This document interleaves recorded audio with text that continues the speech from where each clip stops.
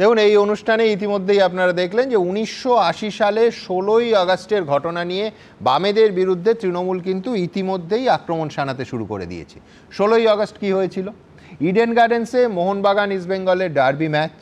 মোহনবাগানের বিদেশ বোস আর ইস্টবেঙ্গলের দিলীপ পালিতের মধ্যে মাঠের মধ্যের উত্তেজনা, খেলার সময়ের উত্তেজনা মুহূর্তে ছড়িয়ে গেছিল ইডেনের ওই রঞ্জি স্টেডিয়ামের অংশে।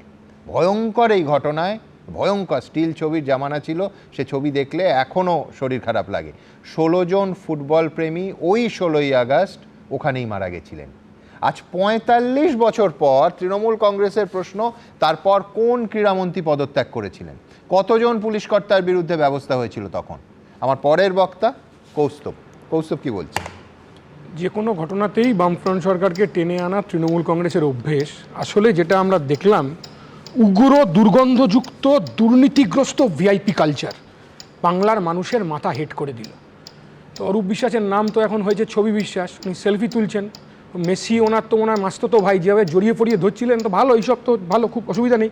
কিন্তু বাংলার ক্রীড়াপ্রেমী ফুটবল প্রেমীদের মাথা নত হলো, এটা এক। 2 নম্বর কথা, গতকাল 111 নম্বর ওয়ার্ড একটা মন্দিরের উদ্বোধন করতে গেছেন অরূপ বিশ্বাস।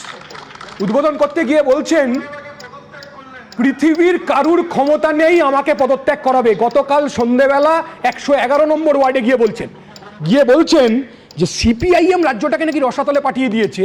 বুদ্ধদেব ভট্টাচার্য, জ্যোতি বসুর কথা বলছেন, এটা নাকি দেহত্যাগ করার আগে পদত্যাগ করলেন না। বাংলার মানুষ জানে কারা পশ্চিমবাংলাকে রসাতলে পাঠিয়েছেন। পদত্যাগের গল্প তো দেখলাম সুমনদা, সন্দীপ ঘোষের পদত্যাগ দেখিনি, পদত্যাগের ঘণ্টাখানেক বাদেই প্রাইস পোস্টিং দেখেছি আমরা। রাজীব কুমারের তদন্ত করবে কে? সুপ্রতিম বাবু, মুরলীধর বাবু। হ্যাঁ, আমরা এখন থেকে জানি রিপোর্ট কি বেরোবে।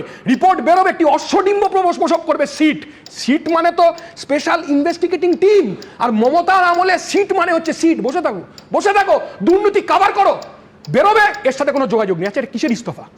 আমি তো ভয় আছি ব্রাত্য বসুর জন্য, যে বাংলা ও লিখেছে ভালো, কি সুন্দর বাংলা, ভাবখানা এমন, উনি শিক্ষামন্ত্রী হয়ে যেতে পারেন, এমনি ক্রাইসিস আছে মন্ত্রিত্বের। ব্রাত্য বসু ছড়িয়ে গেলেন, অরূপ বিশ্বাস হয়তো শিক্ষামন্ত্রী হয়ে গেল। চিরকুটে দেখলাম লিখেছেন, ইস্তফা দিয়েছেন। ইস্তফা মানে কি সুমনদা? আসল কথা হচ্ছে পদত্যাগ মানে কি? পদত্যাগ মানে দায় নিয়ে আমি পদত্যাগ করলাম, দায় নিলেন না তো পদত্যাগ কি?